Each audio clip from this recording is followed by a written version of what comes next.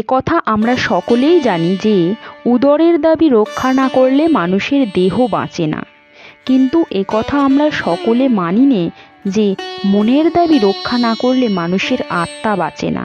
প্রমথ চৌধুরীর ভাষায়, গ্রন্থ মানুষের অবকাশের সঙ্গী, জ্ঞানের উদ্বোধক, নতুন নতুন ভাবের রম্য মঞ্জুষা, আত্মার পরম আত্মীয়।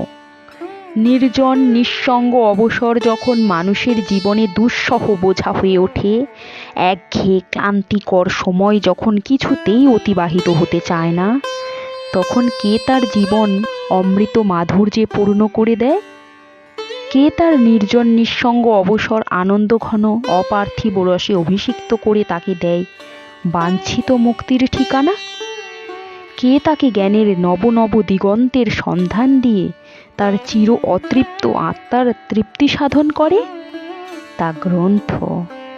গ্রন্থই তাকে এই গতানুগতিক ক্লান্তিকর জীবনে বৈচিত্র্যের স্বাদ দান করে, তাকে মৃত্যুময় দৈনন্দিন জীবনে দেয় অমৃত লোকের সন্ধান, তার বিষাদ মলিন মরুময় জীবনকে অনাবিল আনন্দের রসে সিক্ত করে তাকে দেয় নবজীবনের ঠিকানা।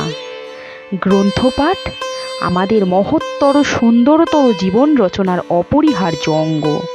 আমাদের দেশে কেবলমাত্র পরীক্ষা বৈতরণী উত্তরণের জন্যে মরণকালে হরিনামের মতো গ্রন্থপাঠের রীতি পরিলক্ষিত হয়। এখানে পরীক্ষায় উত্তরণ ও কর্মপ্রাপ্তি একমাত্র পরমার্থ। নিছক আনন্দ লাভের জন্য কেউ গ্রন্থপাঠ করে না।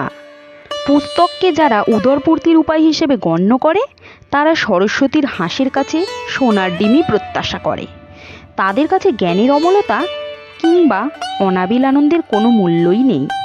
তাই মনস্বী লেখক প্রমথ চৌধুরী বলেন, যে জাতির জ্ঞানের ভাণ্ডার শূন্য, সে জাতির ধনের ভাঁড়েও ভবানী।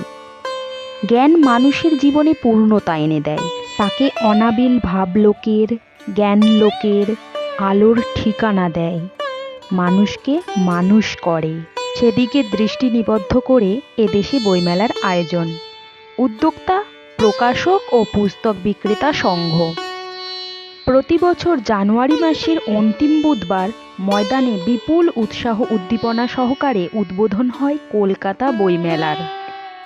গত ৩০ বছর ধরে এই মেলা সগৌরবে অনুষ্ঠিত হয়ে আসছে। এই বইমেলা কলকাতার একটি অতুলনীয় অলংকার, বলা যায় পশ্চিমবঙ্গের অনন্য অহংকার। তাই ১২ মাসের ১৩ পার্বণের মধ্যেও এটি একটি স্মরণীয় পার্বণ, বই পার্বণ। বইমেলা জ্ঞানের মেলা, ভাবের মেলা, আনন্দের মেলা।